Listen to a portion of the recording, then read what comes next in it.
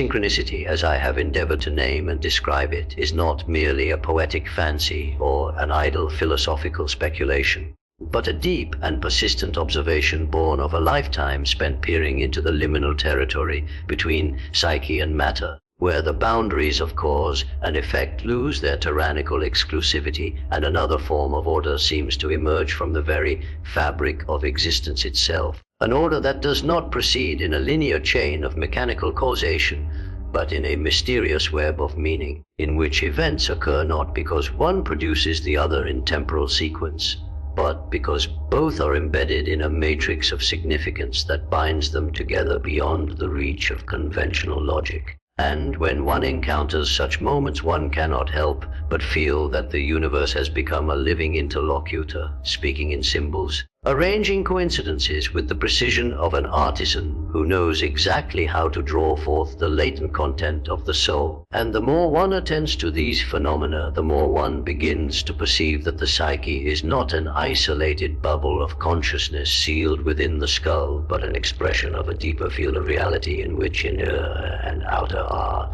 but two faces of the same archetypal process. And thus synchronicity appears as a kind of bridge, or perhaps a mirror, in which the images of the inner world are reflected in the events of the outer world, not as the crude projections of mere fantasy, but as authentic correspondences between two orders of being. And this recognition shakes the foundation of our modern worldview, which has for centuries enthroned causality as the sole ruler of the cosmos. For here we see that meaning itself can be a principle of connection,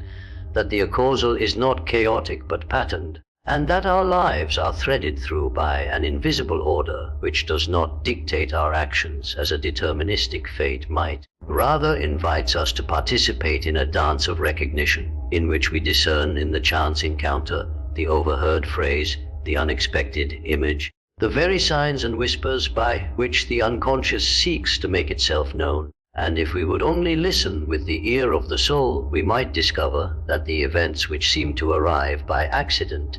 are in truth messages from that deeper order, arising not from the ego's plan, but from the self, that totality of the psyche, which encompasses both conscious and unconscious, both personal and collective, and which manifests itself not only in dreams and visions, but in the fabric of external reality, so that the world itself becomes as a dream woven by an intelligence that is at once our own and vastly more than our own. And to live in awareness of this is to walk a narrow ridge between two abysses, for one must neither dismiss the phenomena as mere delusion, nor surrender to a superstitious inflation that would interpret every trivial coincidence as cosmic command, but rather hold the tension of the opposites, to recognize that meaning is real yet subtle, that the archetypes speak in the language of analogy and metaphor, and that in the moment of synchronicity we are granted a glimpse of the onus mundus, the one world in which mind and matter are not separate substances,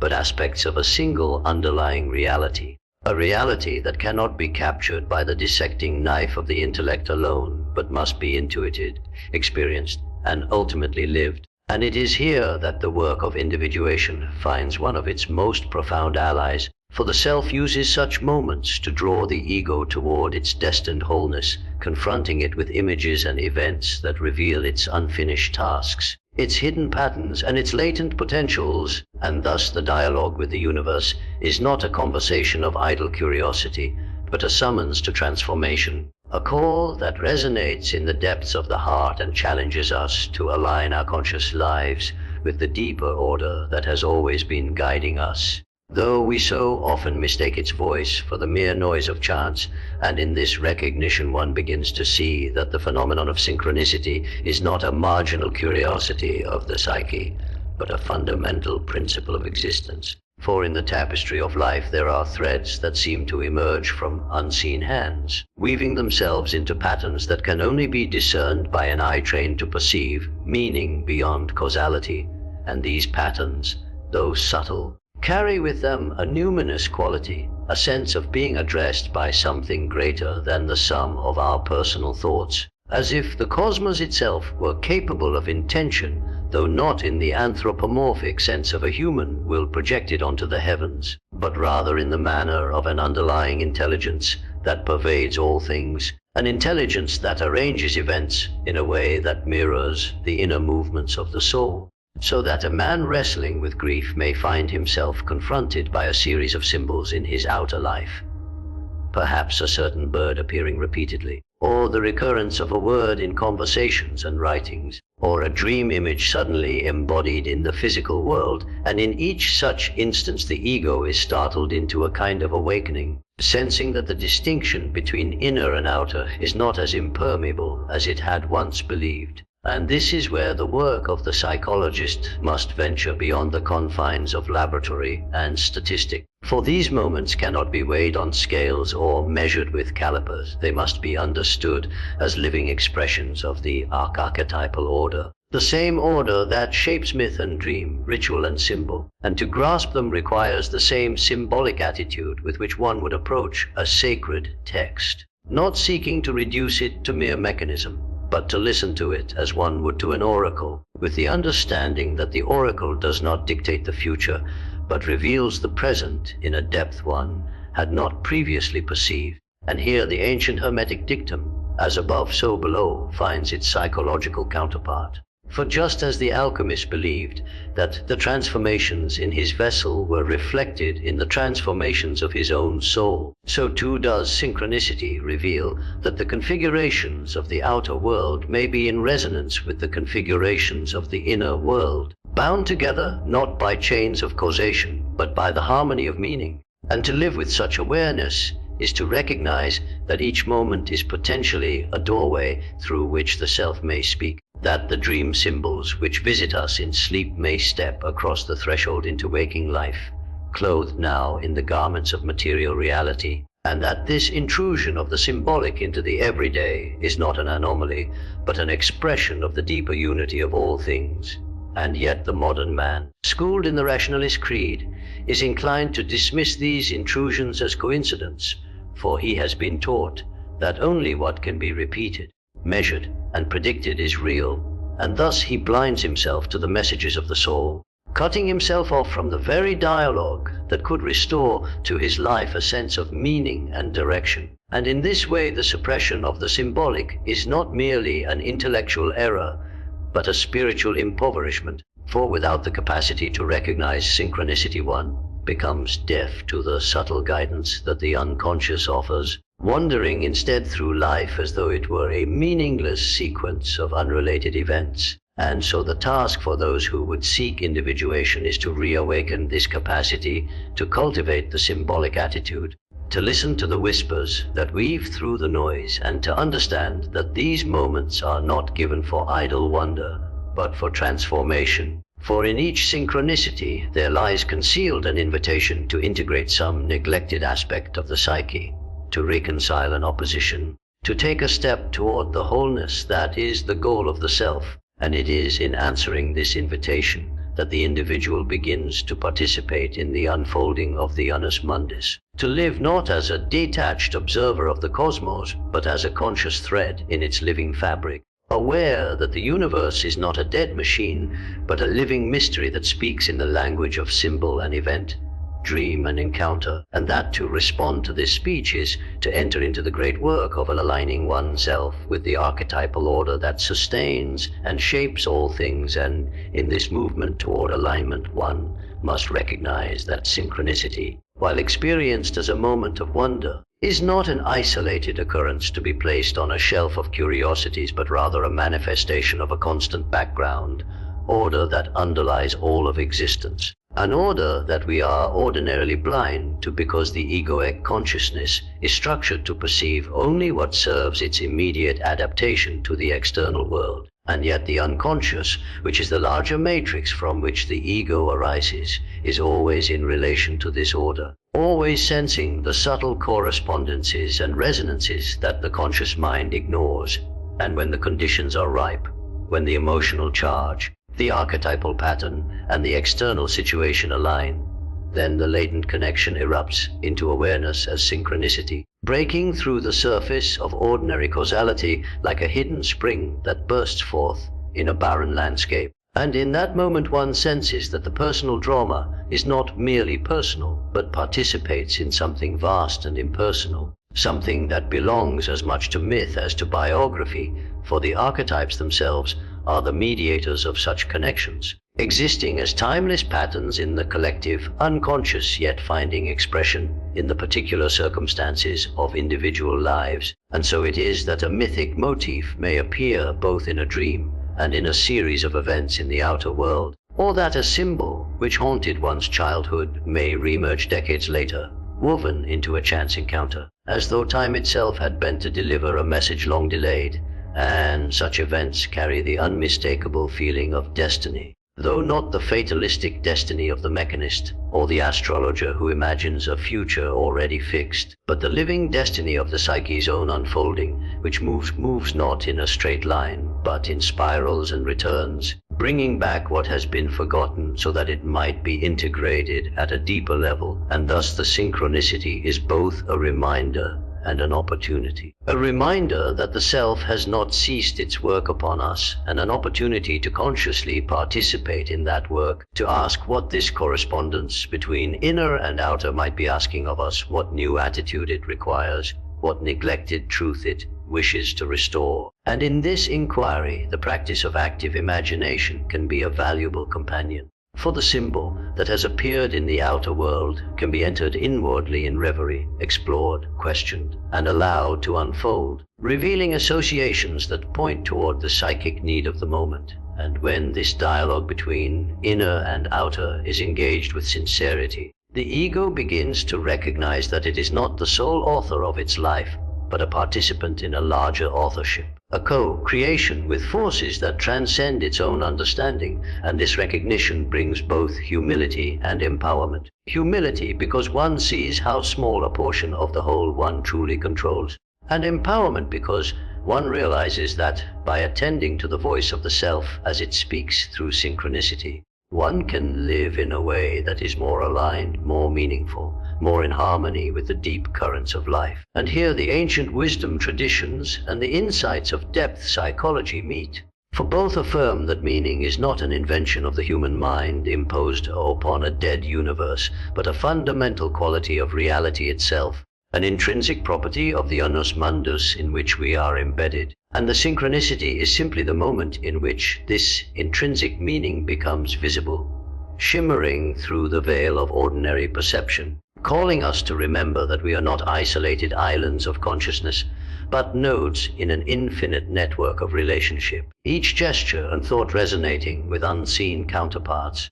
each encounter carrying within it the potential to awaken us to the mystery that is at once within and beyond us. And as we begin to live in the awareness of this mystery, the quality of our perception subtly shifts. For we are no longer scanning the world solely for its utilitarian aspects or for those elements which serve the ego's preconceived goals, but rather we approach life with an openness to the symbolic dimension, a readiness to encounter meaning in places where the ordinary mind would see only chance or irrelevance. And this shift is not without its dangers, for the same sensitivity that enables us to perceive synchronicity can, if untethered from discernment, draw us into the inflation of seeing cosmic messages in every random arrangement, mistaking noise for signal. And so the task is to cultivate what I might call a symbolic sobriety, a capacity to hold the experience of synchronicity with reverence without losing our grounding in the reality of the here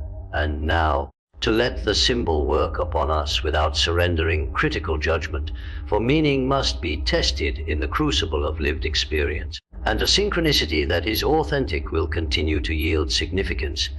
as it is reflected upon, deepened, and integrated into the life of the individual, whereas a fleeting fancy will evaporate under such scrutiny, revealing itself as nothing more than the projection of an unexamined wish. And it is here that the analytic process can be of great value. For in the context of therapy, one can examine the chain of associations surrounding a synchronistic event, trace it back to the archetypal material in the unconscious, and discern whether it points to a genuine movement toward individuation or merely serves as an escape into fantasy. And in this way, synchronicity becomes not an ornament to life, but a catalyst for transformation, a living message that calls for a response. And I have seen again and again in my patients that when such moments are taken seriously and worked with consciously,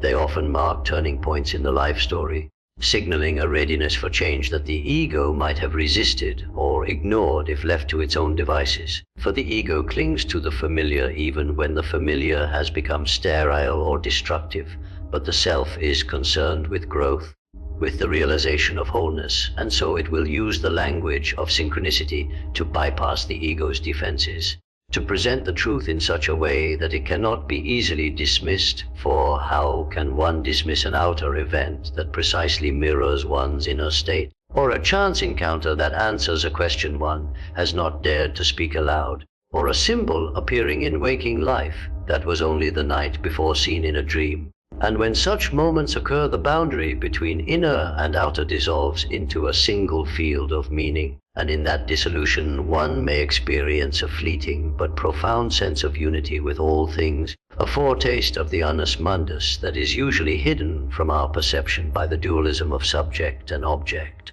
And yet this glimpse is enough to shift the axis of one's life, to reorient the compass from the pursuit of external success or the avoidance of suffering toward the deeper aim of integration. For the individuation process is not a straight road, but a spiral that draws us ever closer to the center, and each synchronicity is like a marker along the path, reminding us of the direction, even when the terrain grows dark and the way uncertain. And thus to live attentively in relation to synchronicity is to live in a state of listening, a listening not only to the contents of one's own mind, but to the murmurs of the world itself. For the world is not mute, but speaks constantly in the language of symbol, and it is our task to learn this language, to enter into its grammar of correspondences, its syntax of meaningful coincidence, so that we might not miss the guidance it offers, for the self will speak whether we attend or not. But to attend is to participate consciously in the unfolding of our own destiny, to enter into the great dialogue between the soul and the cosmos, and in this dialogue one gradually comes to recognize that synchronicity is not an occasional anomaly, but an ever-present potential, a latent structure in the fabric of reality that reveals itself when certain psychic and situational conditions are met, much like the image latent in photographic paper that emerges only when it is immersed in the right chemical bath. And thus it is not that the universe begins to speak only in certain moments, but rather that we begin to listen in a certain way, to tune our awareness to the frequencies of meaning that are always there but easily drowned out by the noise of habitual perception. And in this tuning the inner state is of decisive importance, for synchronicities often cluster around moments of emotional intensity, times of crisis, decision, or transformation,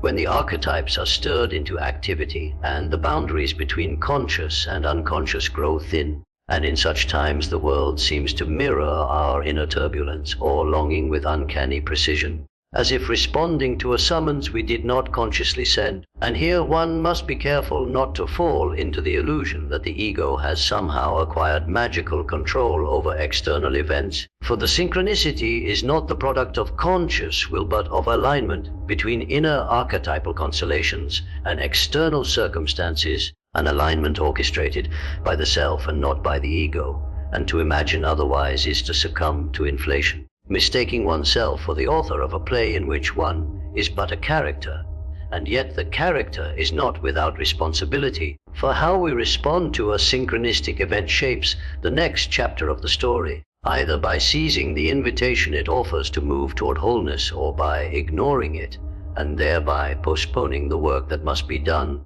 And in my own experience, as well as in the lives of those I have studied, I have seen how a single moment of synchronicity, when met with openness and reflection, can alter the entire trajectory of a life, redirecting it toward paths that had been invisible before. And this is why I say that synchronicity is not mere ornament, but an instrument of individuation, for it has the power to pierce the inertia of the ego and open it to the greater totality of the self. And this piercing is often accompanied by a feeling of numinosity, a charged atmosphere that marks the event as significant, a kind of psychic electricity that cannot be faked and that lingers in the memory long after the details of the outer circumstance have faded. And this luminosity is the hallmark of the archetype's presence, for the archetypes are not mere ideas, but dynamic forces that seize the psyche, shape perception, and in moments of synchronicity seem to shape the world itself. And here we come to the profound and unsettling implication that mind and matter, though they appear to us as distinct, may be two aspects of a single underlying reality, a reality in which the archetype is the mediator, capable of expressing itself both in psychic images and in physical events. And when the same archetype is constellated simultaneously in the inner and outer worlds, the result is a synchronicity, a meeting point where the separation of inner and outer collapses into a unity of meaning, and in that unity we glimpse the onus mundus, the one world, not as a metaphysical abstraction but as a lived reality, fleeting yet unforgettable. And it is this glimpse that calls us forward, urging us to continue the work of integration, to live in greater harmony with the deeper order that speaks in the language of coincidence, a language that is at once utterly personal and entirely universal, for the archetypes belong to the collective unconscious and are shared by all humanity, yet they speak to each of us in the dialect of our own life story, arranging the images and events that will most directly touch the core of our being. And thus no two synchronistic experiences are exactly alike, though all point toward the same underlying unity, the same invitation to live not merely as an isolated ego, but as a conscious expression of the totality that is both psyche and world. And when we finally accept that the psyche and the cosmos are engaged in this ceaseless interplay, the way we inhabit our lives subtly but irrevocably changes, for we can no longer pretend that the world is mute matter and that our thoughts and feelings are private vapors evaporating into nothingness. We begin instead to feel ourselves as participants in a dialogue so vast that it includes every gust of wind, every crossing of paths, every dream that slips into our sleep. And we understand that synchronicity is not a phenomenon that intrudes into an otherwise meaningless universe, but a revelation of what has been true all along. That meaning is woven into the very texture of reality, and that the human soul is one of the instruments by which this meaning becomes conscious. And thus to be alive is to stand at the meeting point of two great streams, the inner and the outer, the subjective and the objective, each constantly reflecting and shaping the other. And our task is not to control this interplay, but to recognize and respond to it, to cultivate the inner receptivity and the outer attentiveness that allow us to discern when a moment carries the signature of the self. For it is by such discernment that we are able to navigate the subtle path between superstition and skepticism, between credulous acceptance of all coincidence as divine message, and the barren dismissal of the meaningful as mere chance. And the middle path, though difficult, is rich with reward, for it leads to a life in which each experience, however small, may disclose a deeper dimension. And even suffering, when illuminated by synchronicity, can be seen as part of a larger pattern of transformation, a necessary movement in the great spiral of individuation. And this recognition does not erase the pain, but gives it a context, a place in the unfolding whole, so that we can bear it with a different kind of strength. And in the same way, moments of joy, love, or discovery are enriched when we sense that they too are part of a larger conversation. Gifts not only to be savored, but to be understood as signs along the way. And in this sense, the entire arc of a life can be seen as a web of synchronistic events, some dramatic, others subtle, all converging toward the realization of the self. And this realization is not the end of the journey, but the beginning of a new mode of being in which one lives consciously in the field of meaning, knowing that the universe is always speaking, that the archetypes are always moving between the inner and the outer, that the annus mundus is not an idea but the hidden ground of every moment. And to live thus is to walk with a kind of sacred attentiveness, a listening heart, a willingness to let oneself be addressed by the world. And perhaps this is what the ancient sages meant when they spoke of aligning with the Tao or living in harmony with the divine order. For the experience of synchronicity is, in the end, nothing other than the experience of being in right relation to the whole, of standing in the place where one's own path and the great pattern of existence are one and the same. And to reach that place, even for a moment, is to know that the universe has indeed been speaking to us all along, and that our task, as beings endowed with consciousness, is to learn to listen, to respond, and to live in the presence of that eternal dialogue, which is the meeting of the soul and the world, the dance of psyche and matter, the ceaseless, meaningful coincidence of all things,